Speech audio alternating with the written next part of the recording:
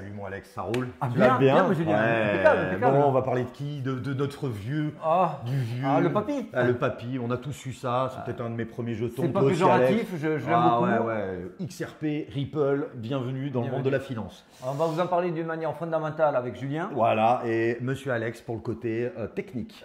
Vite fait, activez-nous la cloche si vous voulez rien rater sur les prochains dossiers à suivre. Ça fait plaisir de vous lire, des commentaires, etc.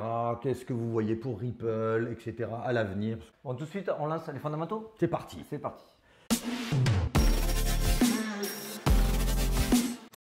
À quoi sert Ripple? En fait, il sert à augmenter la vitesse et réduire le coût des transactions d'argent entre les institutions financières. C'est un très gros projet. Il se destine directement pour les plus gros pour pouvoir, en gros, contrer l'organisme SWIFT qui nous permet de faire des transactions, etc. Pas passer par des chambres de compensation, bref. Aller super rapidement pour de très gros montants, etc. Oui, là d'ailleurs, en rapidité, tu l'as ici, c'est voilà. 4 secondes. C'est du 4 secondes, etc. Donc c'est une securities, c'est pour ça qu'elle a été attaquée. Tu pourras peut-être un petit peu… mais on va désamorcer la grenade de suite. Voilà, parce que c'est vrai que ça fait longtemps qu'ils sont quand même avec la SEC. C'est vraiment un procès qui dure. Et en fait, aujourd'hui, tout repose sur le dossier de William Inman. C'est qui ce monsieur? William Inman, c'est un ancien de la SEC qui avait fait un discours qui avait été enregistré par la SEC mais non diffusé parce que justement il expliquait que ce n'était pas ce qu'on reprochait à XRP, que ce n'était pas une sécurité mais une commodities. Donc ça les met vraiment le cul dans la bassine. Et c'est pour ça qu'il ne voulait absolument pas diffuser cet échange-là, ce discours-là. Ils ont réussi à l'obtenir grâce aux avocats de Ripple, mais ils avaient quand même demandé au juge, la SEC, à ce que ce ne soit pas diffusé public. Et le juge leur a dit non. Peut-être qu'ils n'ont pas payé assez. Donc cette donnée, elle est presque principale, presque primordiale par rapport à tout le reste. C'est-à-dire que là aujourd'hui, le cours de Ripple, de XRP, va complètement être calqué sur cette décision. Cette décision, on espérait qu'elle soit prise avant le premier trimestre de cette année. Et finalement, pour des raisons un petit peu plus techniques, ça ne pourra pas être avant mars-avril. Je peux vite vous raconter pourquoi. C'est parce qu'en fait, la SEC, s'il se voit obligé de diffuser l'information, il préfère que ce soit fait sous le coup du tribunal pour des raisons juridiques. Et on ne peut rien faire contre ça. Sauf si la SEC avait voulu faire une entente à l'amiable avant, mais ce n'est pas dans leur intérêt, même si le résultat est le même, à savoir qu'ils vont prendre une gifle. Tout à fait. Alors ça, c'est vrai que c'est toujours contradictoire parce que c'est vrai que la SEC, elle va essayer de s'occuper vraiment que des securities, des projets qui ont affaire dans la finance en gros. Et c'est vrai que, notamment des transactions, donc c'est pour ça que ce projet est un retentissement et surtout, on essaie souvent de les réduire, etc. et de dire on va stopper, sauf que le patron de Ripple, lui, il va au combat, il ne s'arrête pas même avec Non, ils ont rien lâché. Ils lâchent rien. Et même nous, on le dit aussi dans nos hebdos, on sous-estime totalement l'impact que va avoir l'issue de ce procès. Parce que tout ce qui est sur Layer 1 va exploser quand la nouvelle tombera, en espérant bien sûr qu'elle soit positive. Tout à fait. Mais ça explosera dans un sens comme dans l'autre. Si c'est négatif, ça explosera aussi. Les répercussions vont dépasser même tous les projets qui sont au-delà de l'Ethereum, Layer 1.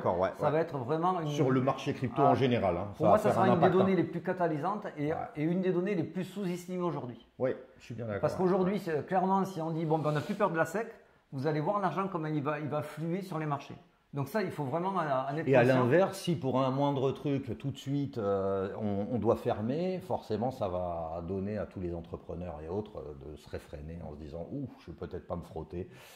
On voit que ça consomme pas beaucoup d'énergie. Au niveau des transactions, c'est top. C'est vrai que c'est un super gros projet. C'est un gros projet. C'est un très Les fondateurs sont connus. Ils sont connus. On va vous les montrer juste un petit peu après. C'est pas des guignols. Market cap 18 milliards quand même, les amis. Enfin, c'est pas rien. T'as David Schwartz, il fait un peu parler de lui. Il fait des discours un peu ambigus. J'achète, je vends, machin. Bon. Ils sont spéciaux, mais ils sont vraiment, c'est des passionnés, c'est des professionnels. Donc, on n'est pas sur un projet qui va tomber à l'eau. De toute façon, avec la SEC qui attaque, ça aurait fermé boutique depuis longtemps s'il n'y avait pas du sérieux. Et d'ailleurs, un petit truc, on dit, c'est la légende XRP. Souvent, quand vous voyez le maxi pump sur XRP, on dit c'est la fin d'un bull run. Exactement. Ça se dit, hein, c'est très connu, vrai hein. parce qu'en fait, vous avez les grandes banques, les grandes institutions qui sont partie prenante dedans.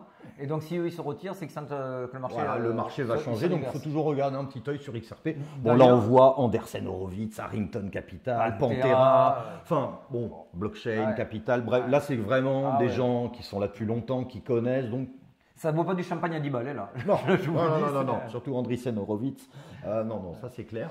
Donc Après, c'est vrai que pour faire notre tour, tu sais, comme on fait d'habitude, où on fait un petit éclairage total sur XRP, on a aussi regardé la commu. la commu, Qui est hyper présente, elle n'est pas massive, je pense qu'ils ont perdu beaucoup de monde à l'annonce du procès, mais elle est très active, vous avez toujours, là on a 23 000 membres sur le officiel, vous en avez 1400 qui sont toujours actifs en journée, donc vraiment ça travaille, et la communauté est là, elle pousse derrière, donc c'est super intéressant. en fait, c'est un projet qui m'a toujours plu déjà, mais surtout qui m'a toujours fait en me disant est-ce que tu es vraiment sur le bon projet? Parce que ça, c'est un projet à double tranchant.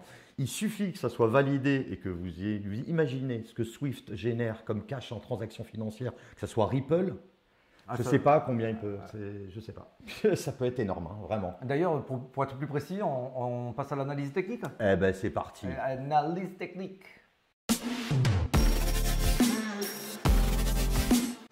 Alors, est-ce que c'est trop tard pour entrer dans Non. Ripple? Clairement pas. Est-ce que c'est risqué? Clairement oui. Oui, parce qu'il est en procès. Parce que ce procès, il y a malheureusement, cette épée de Damoclès. tout à fait. En revanche, ceux qui sont joueurs et un peu aventuriers, il y a un risque-reward qui peut être énorme. Bah là, on voit qu'il est dans la zone, alors comme on vous a dit souvent, reload zone, la zone d'achat des institutionnels.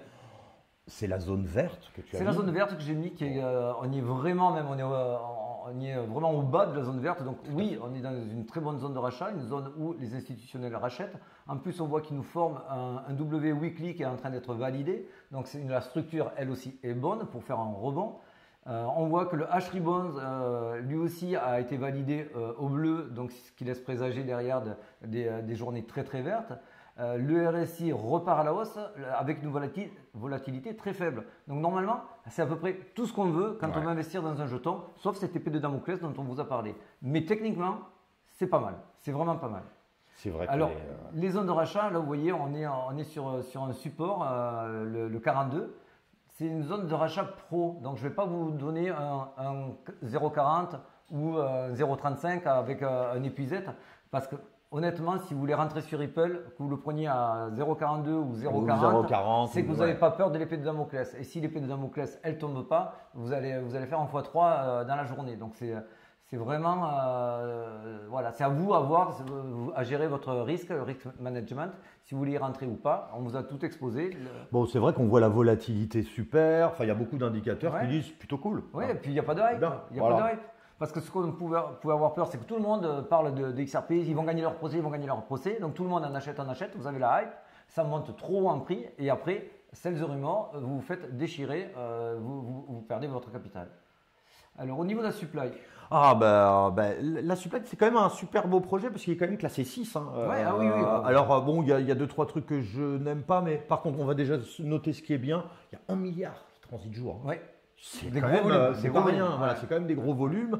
Bon, la max supply, c'est là où ça me fait un petit peu suer. C'est 100 milliards. Là, il n'y a que la moitié qui tourne. Qui circule. Donc il y a un petit 50 milliards qui tourne, donc ça veut dire que vous pouvez diluer. Alors, après, on va peut-être un petit peu en parler sur le côté de l'inflation. Mais Après, sinon, le côté non dilué aussi, c'est parce qu'il y a des tellement gros portefeuilles qui ont acheté ces jetons et qui ne veulent pas y toucher que vous n'aurez jamais 100% de la max supply en circulation. Et donc la supply, la supply, j'adore hein, des petits accents comme ça de sortir. comment est la supply? Alors, la supply, La supply. Non, la Great, supply. great. La supply, on aimerait l'avoir un petit peu moins en escalier, mais on voit que c'est pas hyper déconnant, c'est pas non plus des marches où il faut un escabeau pour y aller quoi. C'est quand même. C'est maîtrisé. C'est maîtrisé. Linéaire, pas bon. Il y a quand même des pics, hein, on voit, hein, des petits pics. Mais des c'est pas la 2022. supply qui va vous faire perdre ou gagner de l'argent en ce moment sur XRP. C'est vraiment C'est le procès. C'est le procès. Donc, ouais, ça c'est sûr. on peut aller sur XRP sans avoir peur de la supply, mais en ayant peur de la SEC. Mais c'est vrai qu'il a un projet super ambitieux. On voulait vous en parler parce que c'est quand même, C'est un très avec bon les projet. institutions, On aime c'est bien. quand même pas rien, institutions financières. Et puis c'est celui qui nous a fait gagner nos premiers sous-sous. Ouais, c'est ça. Voilà. Sur ce, mon ami, Eh ben, gros bisous. gros bisous. Et J'espère que puis, vous avez aimé. ouais, à plus N'oubliez tard. pas, likez, Ça fait abonnez-vous. toujours plaisir. Des commentaires. Allez, On ciao, répond. ciao. Bisous.